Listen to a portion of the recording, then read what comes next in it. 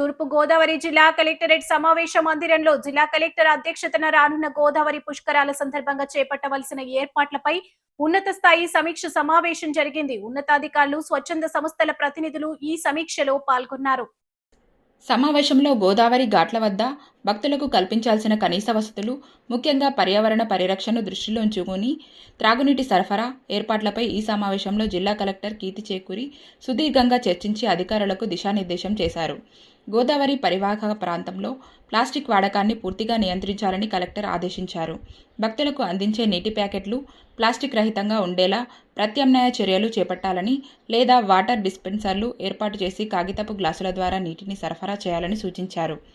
పుష్కరాల సందర్భంగా భక్తులకు పాలు, మజ్జిగ, తాగునీరు, ఆహారం అందించేందుకు ముందుకొచ్చే స్వచ్ఛంద సంస్థల సేవలను ఏకతాటిపైకి సమన్వయం చేసి ఒక్కొక్కరికి ఒక ఘాట్ కేటాయించాలని కలెక్టర్ సూచించారు.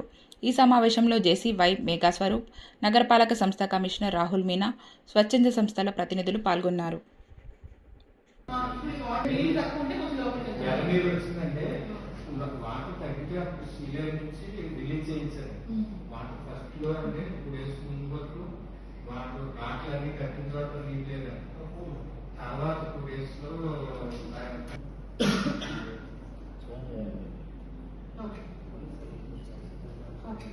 సో మీరు లాస్ట్ టైం మన ప్యాకెట్స్ ద్వారా చేసాము, బట్ ఈసారి మనం ప్యాకెట్స్ ఇవన్నీ చేయలేదు. బాగుంది ప్లాస్టిక్ లో అట్లా మీరే కాదు. వాట్ ఈస్ ద అందరూ